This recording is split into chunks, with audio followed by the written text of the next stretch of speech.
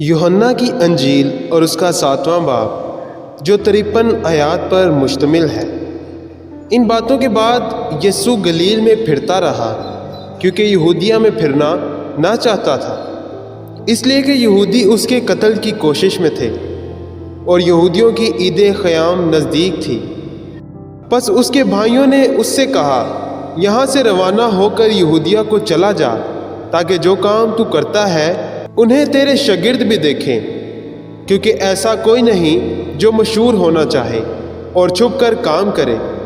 अगर तू ये काम करता है तो अपने आप को दुनिया पर जाहिर कर, क्योंकि उसके भाई भी उस पर ईमान ना लाए थे।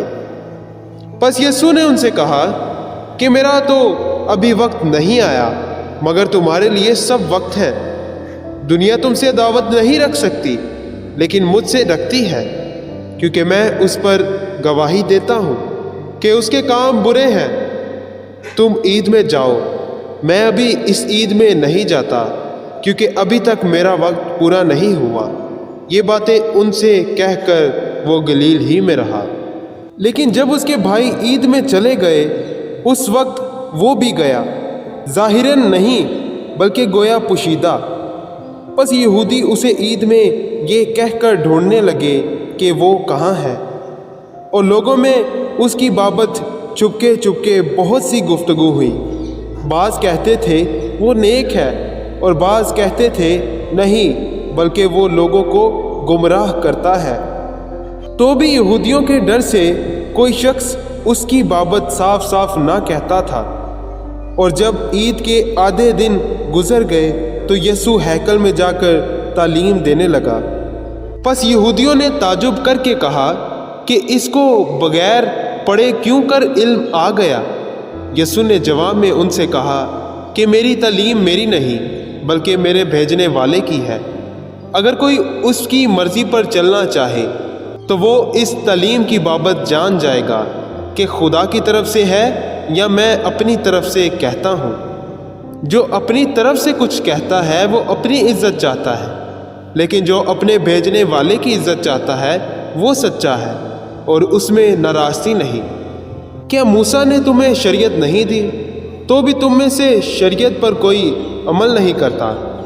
तुम क्यों मेरे कत्ल की कोशिश में हो? लोगों ने जवाब दिया, तुझ में तो बदरू है, कौन तेरे कत्ल की कोशिश में है? यीशु ने जवाब में उनसे कहा, मैंने एक काम किया और तुम सब ताजुब करते हो। इस सबब से मूसा ने तुम्हें खतना का हुक्म दिया है, हालांकि वो मूसा की तरफ से नहीं बल्कि बाप दादा से चला आया है। और तुम सबत के दिन आदमी का खतना करते हो। जब सबत को आदमी का खतना किया जाता ताकि मूसा की शरीयत का हुक्म ना टूटे, तो क्या मुझसे इसलिए नाराज़ हो कि मैंने सबत के दिन एक आदमी को बिल्कुल तंदुरुस्त कर दिया? ज़ाहिर के मुआफिक फ़ैसला ना करो, बल्कि इंसाफ से फ़ैसला करो। तब बाज़ यरूशलेमी कहने लगे, क्या ये वही नहीं जिसके कत्ल की कोशिश हो रही है? लेकिन देखो, ये साफ साफ कहता है और वो इससे कुछ नहीं कहते। क्या हो सकता है कि सरदारों ने सच जान लिया कि मसीह यही है? इसको तो हम जानते हैं कि कहाँ का है, मगर मसीह जब आएगा तो कोई ना जानेगा कि वो कहाँ का है। बस यीशु ने हैकल में तालीम देते वक्त पुकार कर कहा कि तुम मुझे भी जानते हो और ये भी जानते हो कि मैं कहाँ का हूँ, और मैं आपसे नहीं आया, मगर जिसने मुझे भेजा है वो सच्चा है। उसको तुम नहीं जानते, मैं उसे जानता हूँ, इसलिए कि मैं उसकी तरफ से हूँ और उसी ने मुझे भेजा है। बस वो उसे पकड़ने की कोशिश करने लगे, लेकिन इसलिए कि उसका वक्त अभी ना आया था, किसी ने उस पर हाथ ना डाला। मगर भीड़ में से बथेरे उस पर ईमान लाए और कहने लगे कि मसीह जब आएगा तो क्या इनसे ज़्यादा मोजज़े दिखाएगा जो इसने दिखाए। फरीसियों ने लोगों को सुना कि उसकी बाबत चुपके चुपके ये गुफ्तगू करते हैं। बस सरदार काहिनों और फरीसियों ने उसे पकड़ने को प्यादे भेजे। यीशु ने कहा, मैं और थोड़े दिनों तक तुम्हारे पास हूँ, फिर अपने भेजने वाले के पास चला जाऊंगा। तुम मुझे ढूंढोगे मगर ना पाओगे, और जहां मैं हूं तुम नहीं आ सकते। यहूदियों ने आपस में कहा, ये कहाँ जाएगा कि हम उसे ना पाएंगे? क्या उनके पास जाएगा जो यूनानियों में जा बजा रहते हैं और यूनानियों को तालीम देगा?